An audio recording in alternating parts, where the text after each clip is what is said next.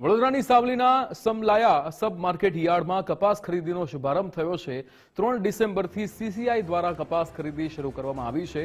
ધારાસભ્ય કેતન ઇનામદારે કપાસ ખરીદીનો પ્રારંભ કરાવ્યો છે। સમલાયા યાર્ડમાં કપાસ ખરીદી શરૂ થતા ખેડૂતોને રાહત મળી છે। કોટન કોર્પોરેશન ઓફ ઇન્ડિયા દ્વારા સંપૂર્ણ તૈયારી કરવામાં આવી છે।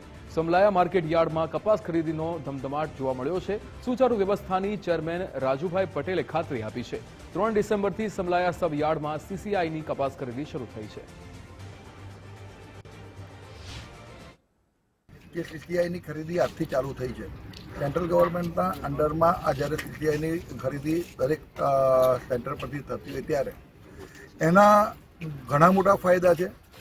ખેડૂતોને એક કપાસનો એક ટેકાનો ભાવ ધારો કે 8,000 રૂપિયા પર ક્વિન્ટલ, અને એના પણ ભેજ પ્રમાણે હોય છે કે ભાઈ ભેજનું પ્રમાણ થોડું વધારે હોય તો થોડોક પૈસા ભાવ કપાતો હોય છે, અને ભેજનું પ્રમાણ ઓછું હોય તો એને સારો ભાવ મળતો હોય। પણ એક 8,000થી જ નક્કી થતું હોય છે કે ભાઈ એનું ભેજનું પ્રમાણ ઓછું હોય તો 8,000 રૂપિયા પર ક્વિન્ટલ કપાસની ખરીદી થતી હોય, ખેડૂતો માટે ખૂબ સારી વાત છે। આનાથી બહારના જે બીજા વેપારીઓ છે એ ખેડૂતોના ભાવના સાથે કોઈ છેડા ના કરી શકે।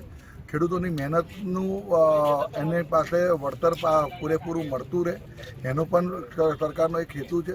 અને સરકાર ઈચ્છે છે કે ભાઈ આવનારા દિવસોની અંદર ખેડૂતોને કુદરતી જે માર પડે છે એ મારથી બચાવીને પોષણક્ષમ ભાવ મળે અને ખેડૂતો પગભર થાય, એના માટેનો ખૂબ સારો ઉમદો હેતુ